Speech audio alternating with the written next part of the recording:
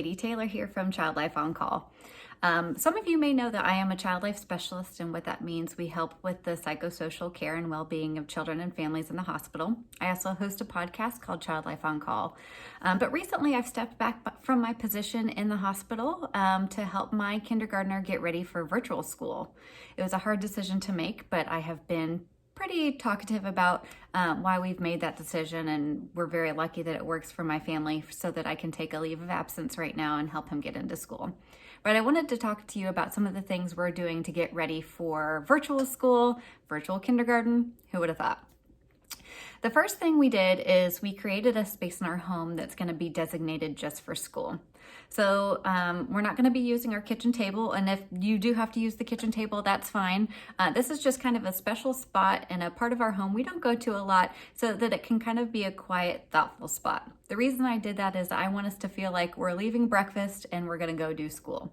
It doesn't have to be anywhere fancy. It can literally set up, if you have a walk-in closet, set up a little spot in the closet that your child can sit in, or maybe a place by a window, but maybe try to get them out of their bedrooms if at all possible and away from the kitchen table. The reason we want to do that is we want to keep those spots really, really safe.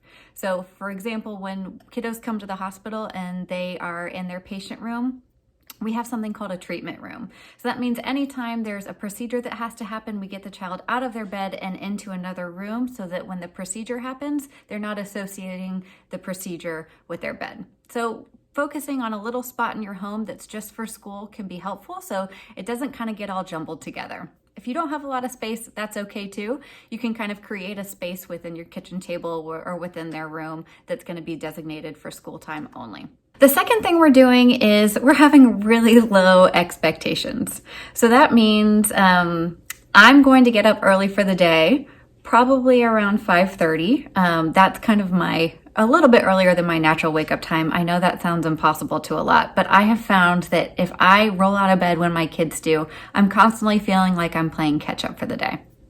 So I'm going to get myself ready, get myself on a little routine, whether it's a little bit of meditation or working out, or literally just drinking a cup of coffee and watching the news. I'm going to get myself ready for the day so that I can provide as much support as I can to my child. So just kind of keeping in that constant routine. They always say go to bed at the same time, wake up at the same time. Just getting our bodies into that rhythm may help. Another thing that we have decided to do, I don't know how a lot of virtual schools are doing, but I wanted to talk about our specific situation. We're doing an asynchronous versus a synchronous learning. Synchronous virtual learning means they're sitting at their desk for however many hours a day watching the teacher. And I think there will be breaks that are given in there. I guess we're going to find out. The other choice we have is asynchronous.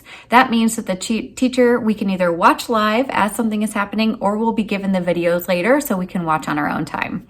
For the first week, I think I'm going to try to have my kindergartner do as much in person as possible.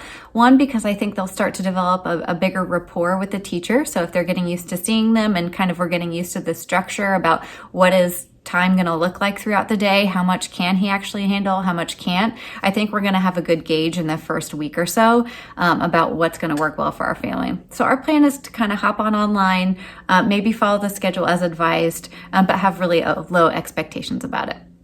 Let me know what you're doing to get ready for virtual school. I'd love to hear what you have to say and what you're doing to make it work for your family. Again, none of these tips are anything that I know is going to work or not going to work. It's kind of just taking my background of child life and throwing it into this situation.